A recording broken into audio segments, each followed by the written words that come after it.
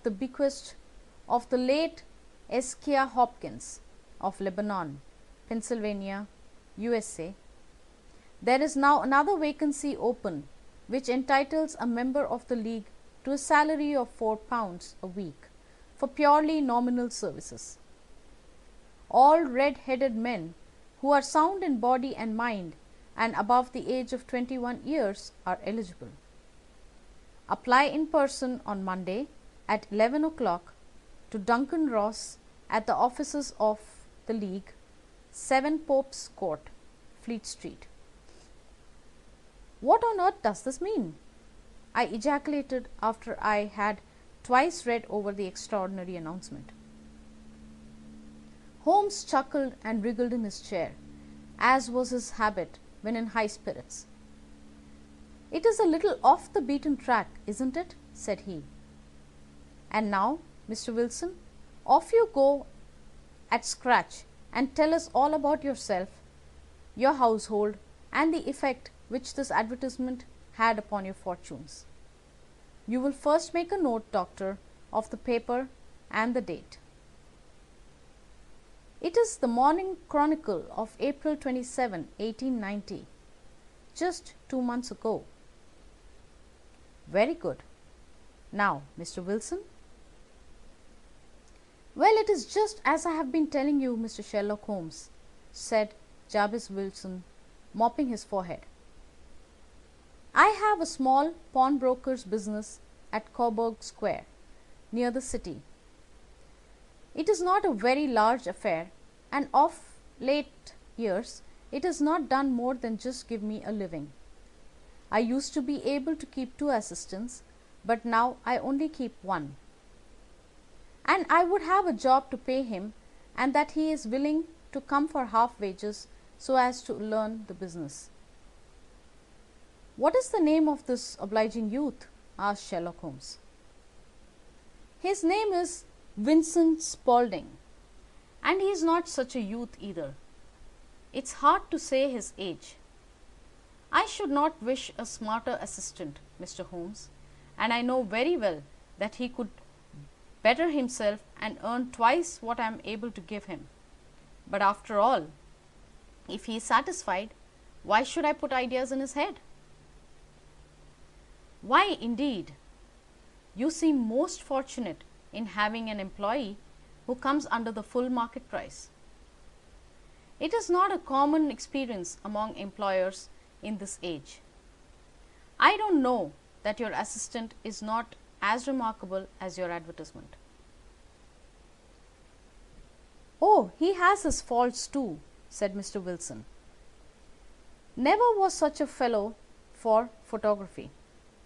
Snapping away with the camera when he ought to be improving in his mind, and then diving down into the cellar like a rabbit into its hole to develop his pictures.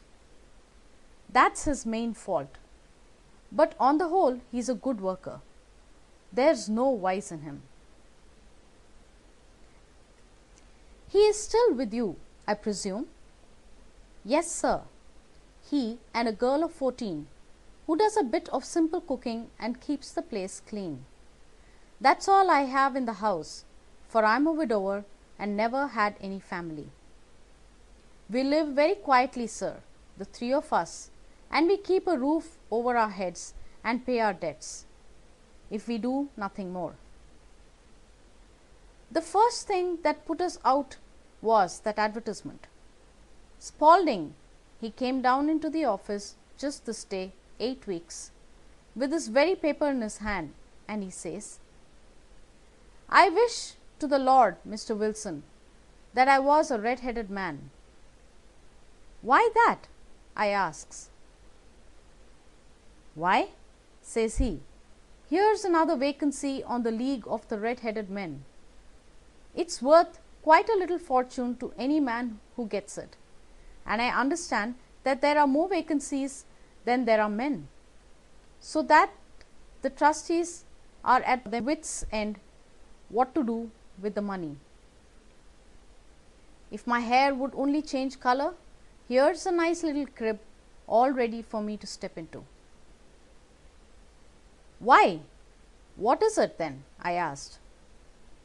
You see, Mr. Holmes, I am a very stay-at-home man, and as my business came to me instead of my having to go to it, I was often weeks on end without putting my foot over the doormat. In that way, I didn't know much of what was going on outside, and I was always glad of a bit of news. Have you never heard of the League of Red-Headed Men? He asked with his eyes open. Never. Why, I wonder at that, for you are eligible yourself for one of the vacancies. And what are they worth? I asked. Oh, merely a couple of hundred a year, but the work is slight and it need not interfere very much with one's other occupations. Well, you can easily think that made me prick up my ears, for the business had not been over good for some years, and an extra couple hundred would have been very handy. Tell me all about it, said I. Well, said he, showing me the advertisement, you can see for yourself that the League has a vacancy, and there is the address where you should apply for particulars.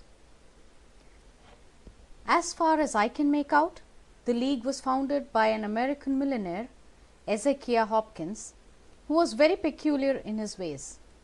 He was himself red-headed, and he had great sympathy for all red-headed men. So when he died, it was found that he had left his enormous fortune in the hands of trustees, with instructions to apply the interest to the providing of easy berths to men whose hair is of that color. From all I hear, it is splendid pay and very little to do. But, said I, there would be millions of red-headed men who would apply. Not so many as you might think, he answered. You see, it is really confined to Londoners and to grown men. This American had started from London when he was young, and he wanted to do the old town a good turn. Then again, I have heard it is no use your applying if your hair is light red or dark red or anything but real bright, blazing, fiery red. Now, if you cared to apply, Mr. Wilson, you would just walk in, but perhaps it would hardly be worth your while to put yourself out of the way for the sake of a few £100.